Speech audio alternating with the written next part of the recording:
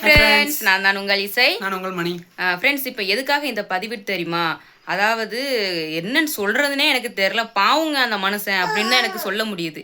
எதுக்கு தெரியுமா? யாரை பற்றி அப்படின்னா, மதிப்பிற்குரிய மாண்புமிகு முதலமைச்சர் நம்முடைய விஜய் அண்ணன் பற்றி தான். எதுக்கு அவங்கள பற்றி பேசிக்கிட்டு இருக்கேன் அப்படின்னா, வேற ஒன்றும் இல்லைங்க. நம்ம விஜய் அண்ணன் வந்து நம்ம மக்களாகிய நம்ம எல்லாரும் ஓட்டு போட்டு நம்ம அண்ணனுக்கு வந்து முதலமைச்சர் ஆகணும்னு சொல்லி நம்ம வந்து கொண்டு வந்திருக்கோம். இப்போ அதுலேயே பல்வேறு பிரச்சனைகள் வந்துகிட்டு இருக்கு. என்ன பண்ண போறாரோ தெரில. என்ன தெரியுமா? அந்த கட்சியில் இருக்கிற 10 எம்எல்ஏக்கள் வந்து என்ன சொல்றாங்க, எனக்கு நீங்க பதவி கொடுக்கலன்னா நான் அந்த கட்சியை விட்டு விலகிடுவேன் அப்படிங்காங்க. அது மட்டும் இல்லை, இன்னொரு 3 எம்எல்ஏக்கள் என்ன சொல்றாங்கன்னா, கேஸ் கொடுத்துருக்காங்களாம். இவங்க வந்து நியாயப்படி இதுபடி ஜெயிக்கல, இது வந்து எப்படியோ ஜெயிச்சிருக்காங்கன்னு சொல்லி கேஸ் கொடுத்துருக்காங்களாம். என்னங்க அது மட்டும் இல்லை, பார்த்தீங்கன்னா பெண்களுக்கு இப்போ அதிகமாக கொடுமைகள் நடந்துக்கிட்டு இருக்கு. பாவங்க அந்த மனுஷன் என்னங்க பண்ணுவாங்க? இந்த என்னங்க செய்வாங்க சொல்லுங்க?